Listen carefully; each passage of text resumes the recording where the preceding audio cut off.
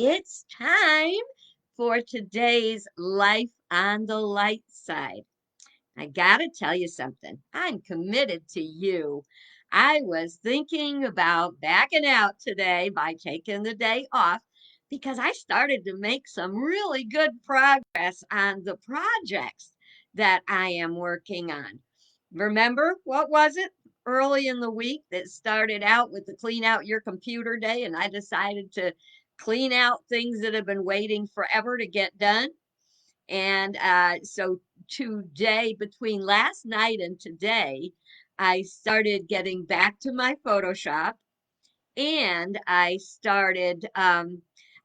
downloaded and fixed my Pro Writing Aid, which is it's an editor. It's that you put in your computer and it spell checks and grammar checks and tells you when you use the same word too many times, all that good stuff. I also finally got my humidifier going. I know, I've had it for like a month. So I'm very happy that I have begun, cleaning up this stuff because it's already almost halfway through February and April 15th, the campground opens. So we're not going to have much time after that. And I also, another reason I just couldn't skip it today is because she expects it. And if I don't do it, something about her day is ruined. So she came out a few minutes ago. It was like a half hour too early. And I'm going, no, not doing the video yet, not doing the video yet. So she went and pouted in the other room for a while. And when it was time, I just went, Tishy, it's time for the video. And out she came. So greetings from Tishy and me and life on the light side. I hope you are experiencing life on the light side. And if you're not, I totally invite you to take this few minutes to sit back, relax, get yourself maybe a little tea or coffee or whatever works to keep you light and happy. And I did say today we're going to do story time. I want to talk a little bit about stories and writing stories. And where did I put it? I have a story that I wrote a long time ago to share with you, but I think that you will particularly like it. And where do we begin every day? Oh, first of all, reminding you if this is the first time you're popping in on Life on the Light Side, you can go to YouTube and type in Life on the Light Side. That's Lite side, Alicia Leslie, and it will bring up my page with all of the videos that I've done on this lovely topic for times that may seem less than light. All righty, and always note that your comments and questions are welcome. I may not see them during the videotaping, but I will see it after, and I will address it when I see it. So we start with National Day Calendar, and it's a biggie today. There are several. So we start with it's National Giving Hearts Day. Now, when I first read this, I said, Valentine's Day. So it might be about Valentine's. It might be about, taking care of your heart. It could be about being an organ donor. So I'm like, what could it be? And I looked it up and it's about giving. And it's like a national day of giving. I was very disappointed to read that the average person only gives to two charities a year. Well, I guess if they give a lot to the two charities, they're certainly showing they want the money to go where they want it best used. And a lot of times that will be a personal issue. If you have someone who passed from a particular disease or is suffering from it, well, yeah, you want to give to research and cure for that dis-ease. I find there's so many charities, it's hard to keep up. And you figure, well, but what's my little $5 or $10 going to do with such great need? Every single donation counts. It makes it bigger. And the more we create a consciousness of giving, the more we receive to give, And the more people that receive can do more better work. So they're giving in that way. So where do I tell you to look to give? Charity Navigator. You can find all kinds of great places to give there. Okay. It is also National Make a Friend Day. Well, how do you make a friend when you're shut in? My dear friend, there are friends everywhere.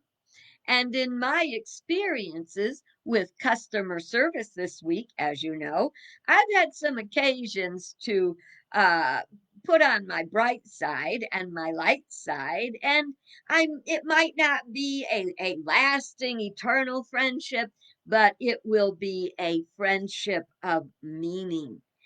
Sometimes you will see someone one time in your life, you meet them, and then like ships in the night, you pass and they're gone. But sometimes that can be a very powerful and life inspiring experience that really puts a permanent, indelible mark on your heart. And sometimes you hear me talk about the people. My daughter was having a really hard time about 3 weeks ago, and she was at work, and someone just happened to show up at the counter, and they started to chit chat a little bit, and it wound up that they had a very long chat after work, and he really helped to share with her the things she needed to hear. And then he was gone. And I think that's a beautiful thing. This Bible tells us to always treat strangers well, because you don't know when you're entertaining angels unaware. So there could be that angel out there that you are not aware is there. So make a friend somewhere. Oh, want to tell you about a strange place I met a friend that has become a lifelong friend, although we don't get to see each other much anymore, but we're still in contact and still love each other.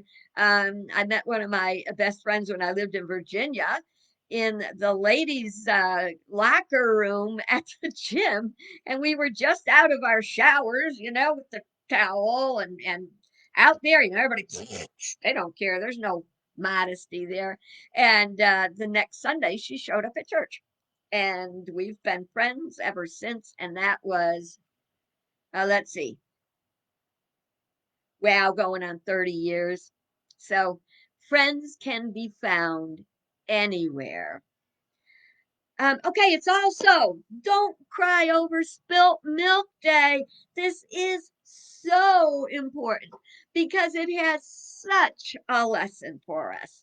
There's days when the milk spills, literally. I remember being around at the dinner table when I was a child.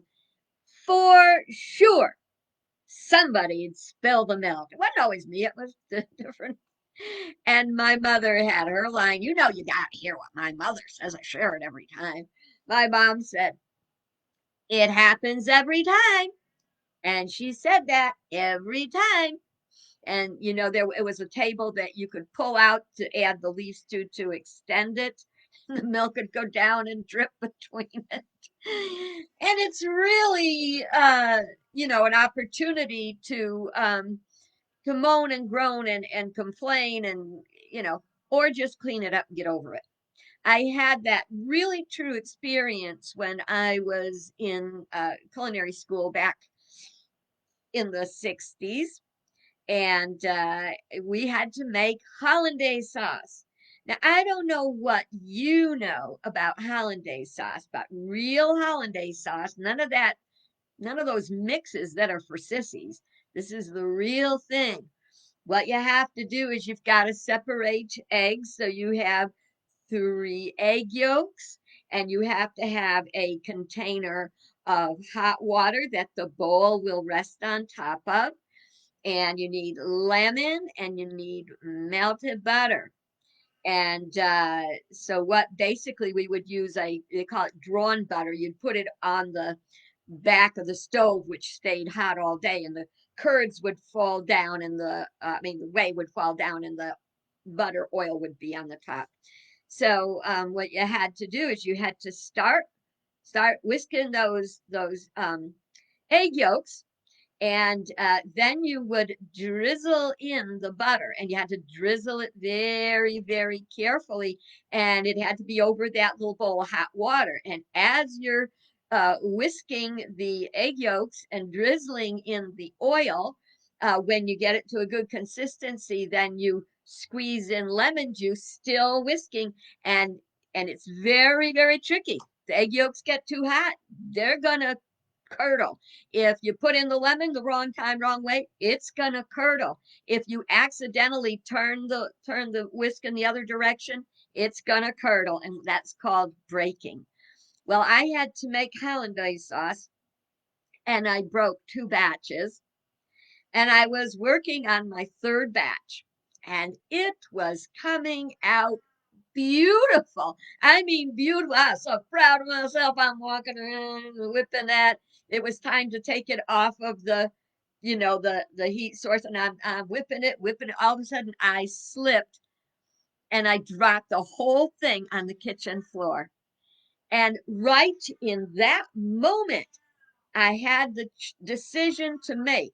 Am I going to be defeated and moan and groan, or I'm just going to keep my mouth shut, clean up the mess, and make another batch, which I did, and it came out fine. And that was more than 50 years ago.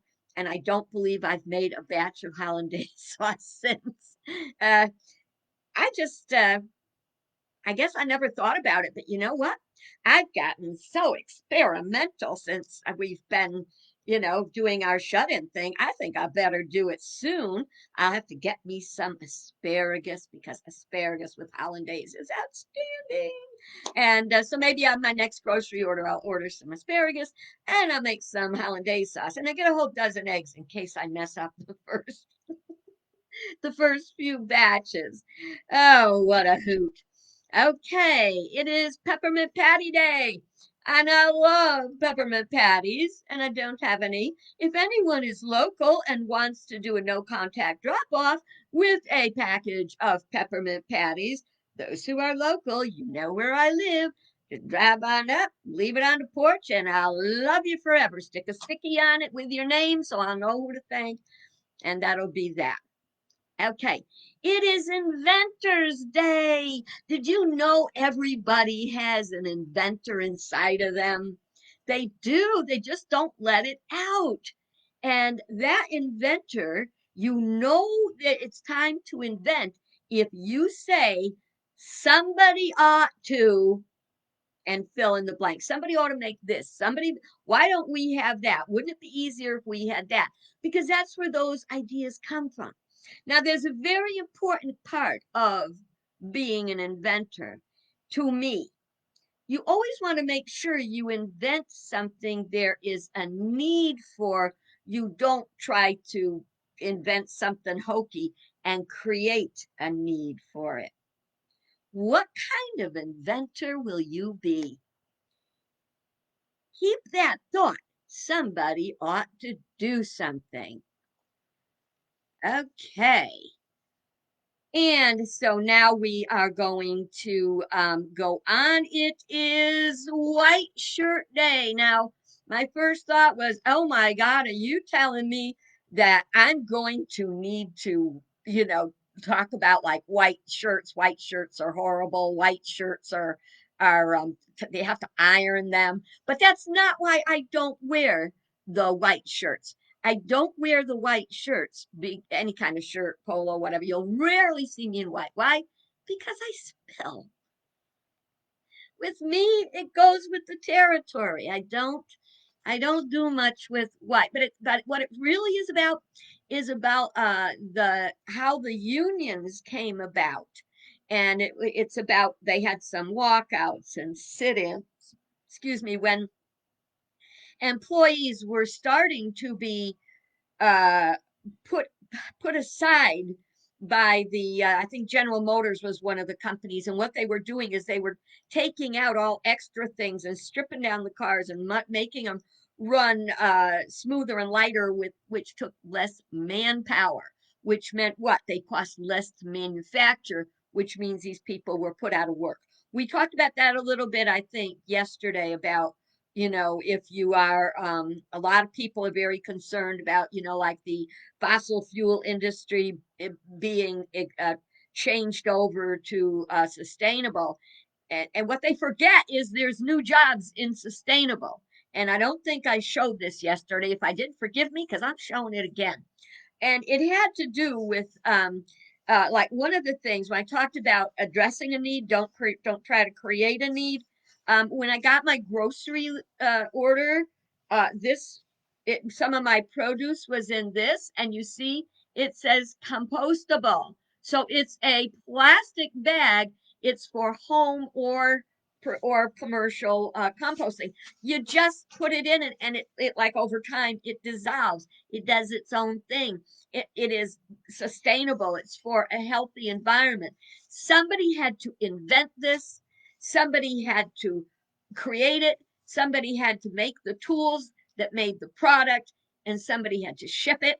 So the jobs will be out there when we learn to go with the flow. We can use the same skills and talents we use in one thing to use in another. And as far as the unions go, I wanted to share something that my father said about unions because we always have to look at two sides. Unions became very necessary because workers were being abused. And that still happens, I'm sure. My dad owned a factory, but he said, if the union comes in, I'm going out.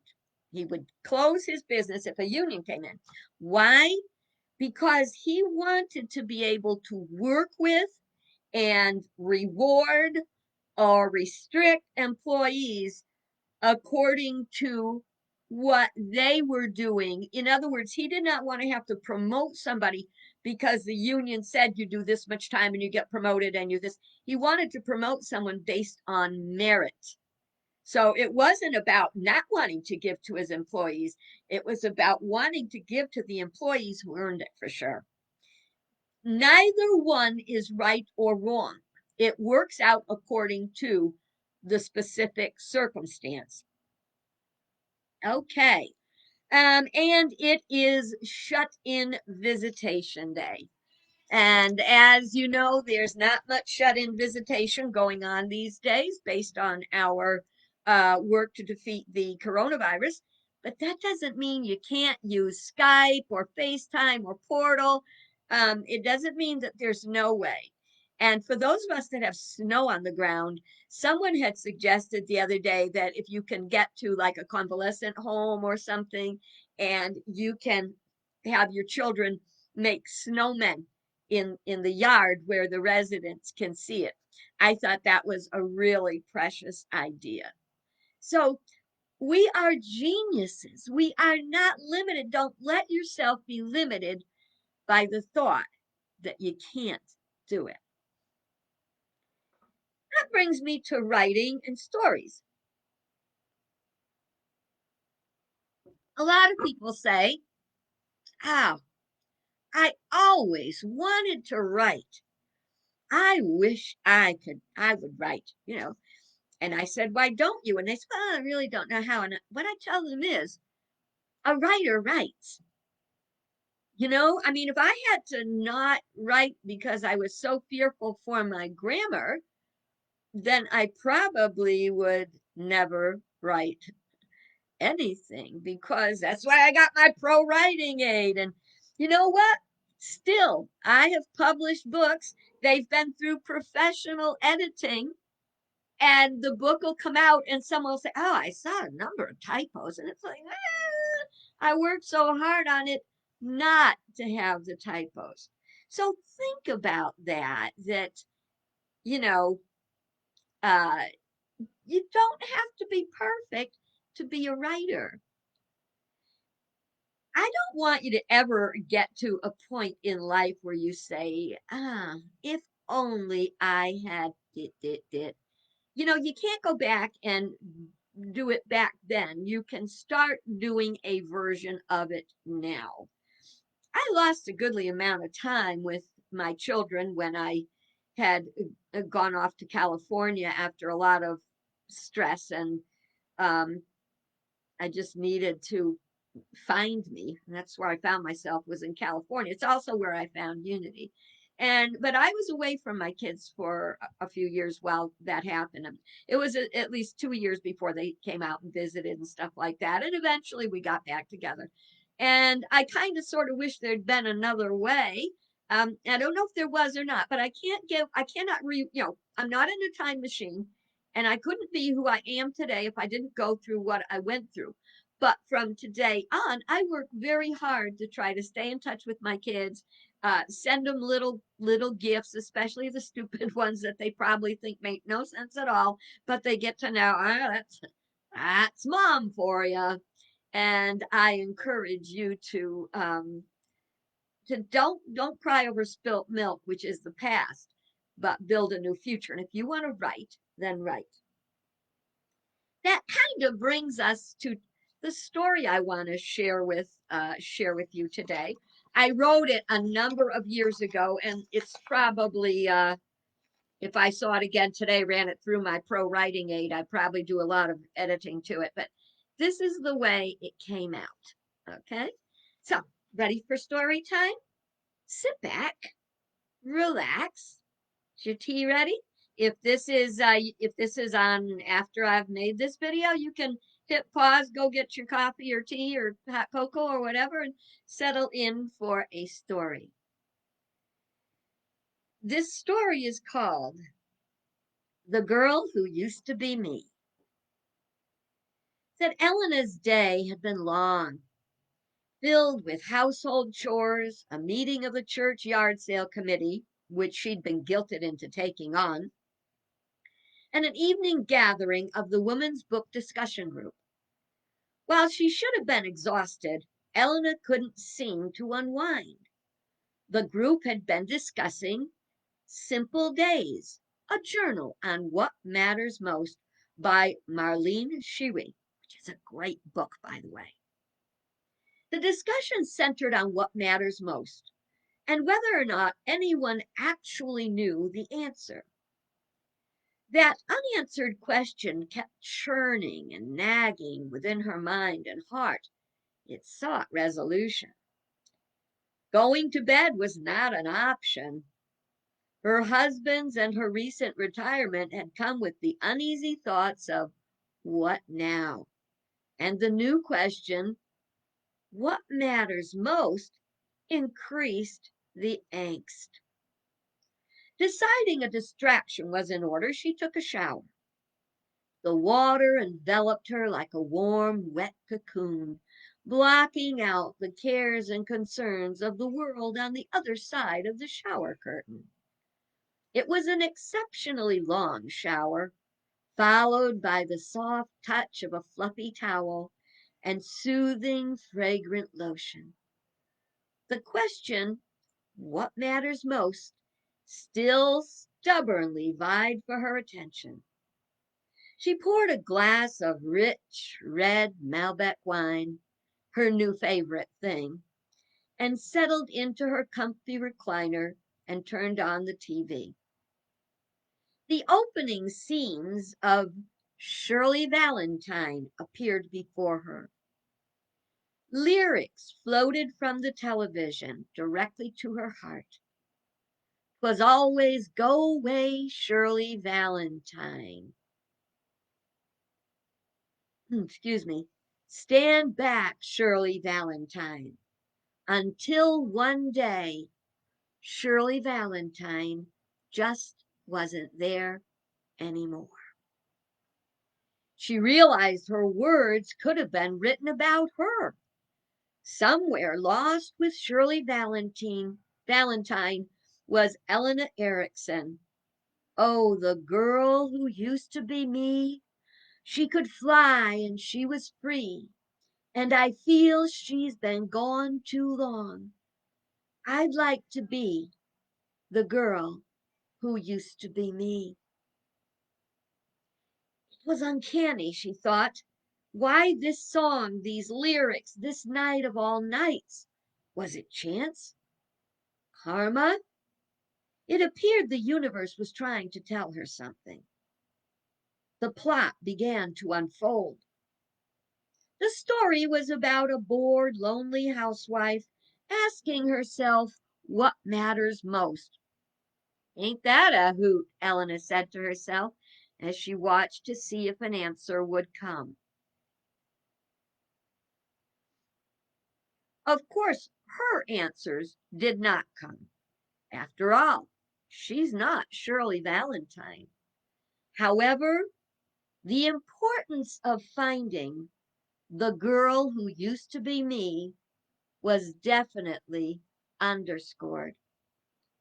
Shirley's journey had begun with the opportunity to take a trip to Greece, which had been a lifelong dream. Where to begin? Elena went to the bookcase, finding her old high school yearbook. She brushed off the dust. Opening the book, she searched the pages, looking for the elusive girl who used to be me. Excuse me. Then there she was, Elena Erickson, smiling back at her. She surveyed the list below the picture of what mattered most to the smiling girl. Hobby, guitar.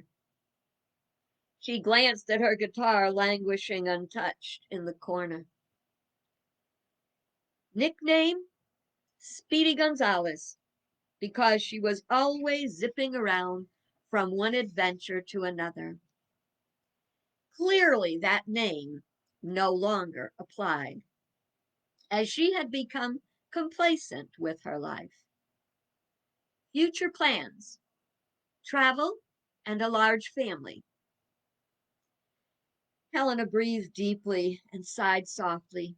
How she dreamed of travel, which had been displaced by responsibilities and scheduling problems. She did have the large family who were now grown and missed as they moved hither and yon about the country. Pet peeve, boring people. Had she become her own pet peeve? Pet passion, Tom Sanders. She had married Tom and recalled the days when just the thought of him made her weak in the knees. Was that gone forever? She flipped the pages over to find his picture.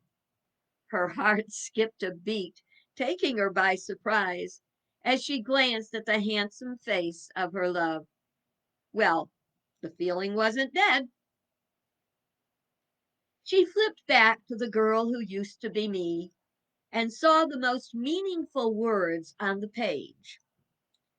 Motto, enjoy life, every golden minute. As she reread the list, she realized the girl that used to be me was not so much lost as waiting patiently to come out and play. Giddy as a child, the Speedy Gonzales zip returned. She ran downstairs to the den where Tom had retreated during the meeting and was now engrossed in Monday Night Football. She could not wait to tell him it was time to get that RV he'd been talking about and hit the road. Like Vesuvius, words flowed with excited passion. Now there is time to visit the family and to plant a garden and to get back to my guitar and Tom smiled, pulling her into his arms. Who are you and what have you done to my wife? He said that with a big boyish grin. Here I am, my love. Here I am. And the weakness in her knees caused her to collapse into his warm, waiting embrace. So where is the girl who used to be you? Or the guy who used to be you?